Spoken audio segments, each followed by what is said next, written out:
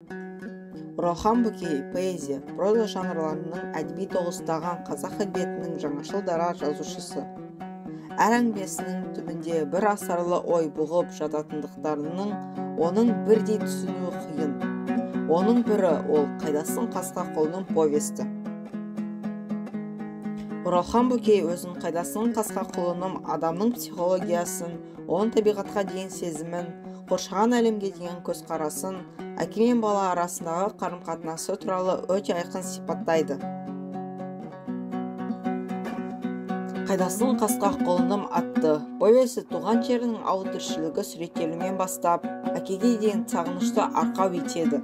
Таң атысынан, кештің батысынан дейінгі әкесінің жанынан бір елі қалмай, үнсіздікпен терең ойға шомылған әкенің көпті көрген әңгімелерін сөз етіледі. Бұл повесте бір ұрымға сай бенің егіз тууы жаманға әкеледі. Соған дәлел автордың әкесі жаман аурумен ауырып, өмірінің шегінде болады. Қара қасқа құлыны таба ала ма? Әкесі жаман аурудан аман қалады ма жоқ па? Ары қарай білгіңіз келсе, поэманы қызықтап оқығаныңыз жөн болады. Уақытты үнемдеп, өзіңізге әдеби сағат сыйлаңыз.